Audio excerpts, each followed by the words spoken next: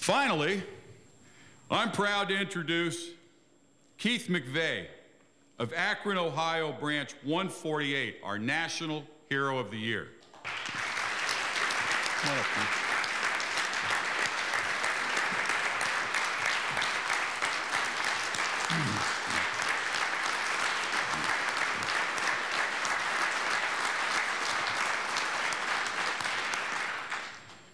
Keith served in the Air Force and spent time as a firefighter and an EMT before joining the Postal Service 30 years ago. His good friend Mike McVey is here with him today, along with Branch 148 President John Shackelford. Thanks for coming. While he was on his route at an apartment complex, Keith heard shouting from the laundromat across the street. He ran over and he saw an unconscious man lying in the back of a pickup truck. He had apparently fallen and hit his head in the truck, and another man was yelling at him, shaking and hitting him in an attempt to revive him. As Keith said, he had him by the shoulders and was trying to get his buddy to come to. The man wasn't breathing. Keith described him as a real gray and his lips were all purple.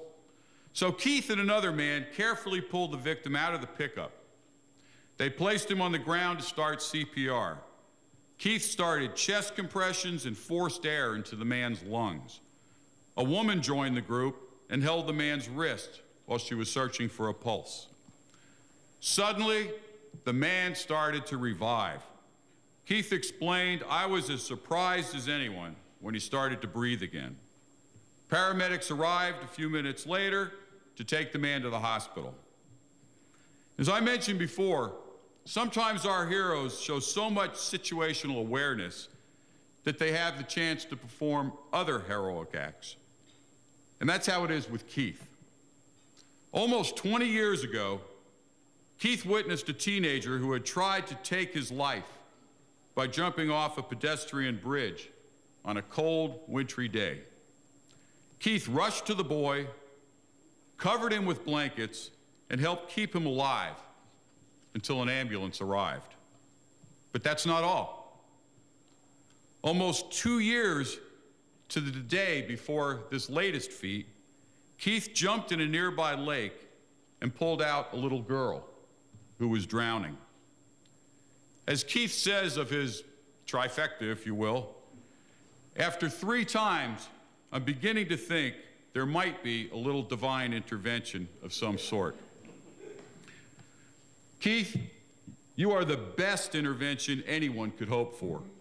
You enter into people's lives, help them when they need it most, and we're all better off for having you among us.